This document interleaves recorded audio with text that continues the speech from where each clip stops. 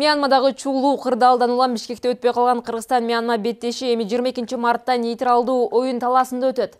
Кыргызстанга Азиянын алдыңкы дзюдочулары келери күтүлүүдө. Ал эми лыжачы Тарел Жаркынбаев Олимп оюндарында өз күчүн сынады. Ушул жана башка спорт жаңылыктары бүгүнкү берүүбүздө. Саламатсыздарбы? Футбол боюнча улуттук курама Азия кубунун таңдоо оюндарынын алкагында Мьянма менен өтпөй калган алгачкы оюнун эми Түштүк Кореянын Инчхон шаарында өткөрөт.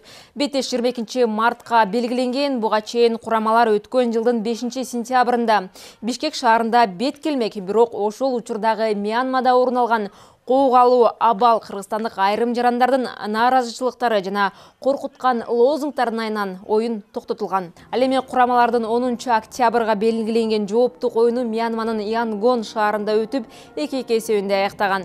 Буга чейин Азия футбол конфедерациясы өтпөй калган матч үчүн Кыргызстан курамасын жазага тартып, мелдештен четтетиши мүмкүн деген да ойлор айтылган. Сүйлөшүүлөрдүн негизинде гана футбол федерациясы беттешти нейтралдуу майданда өткөрүү укугун алган. Эми федерация эки команданын тең чыгымдарын өзү төлөйт.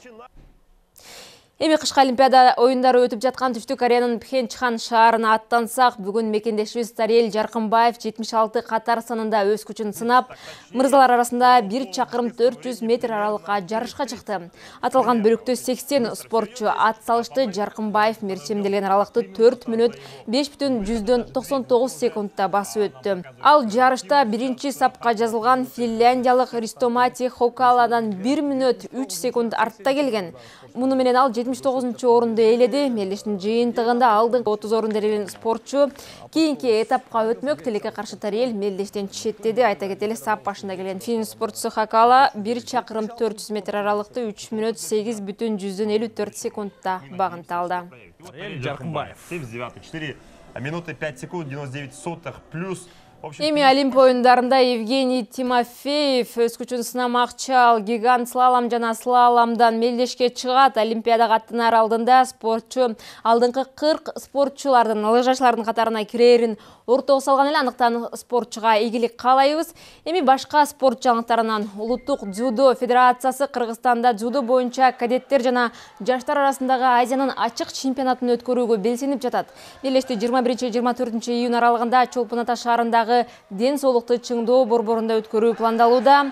Бул Азиянын ачык чемпионаты рейтингдик мелдеш катары уюшулуп, алдыңкы орундарда ээлеген балбандар упай топтой алат. Анын негизинде ушул жылдын август айында Аргентинада өтчү жаштар Олимпиада оюндарына лицензия алуу мүмкүнчүлүгү түзүлмөкчү.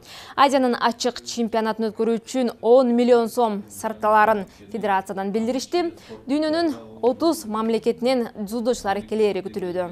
Бизге ушу открытый Кубок Азии берди.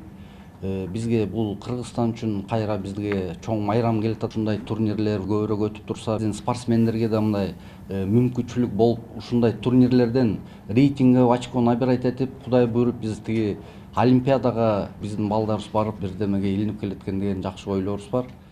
Мендеги спорт жаңылыктары ушулар болду. Саламатта туруңуздар.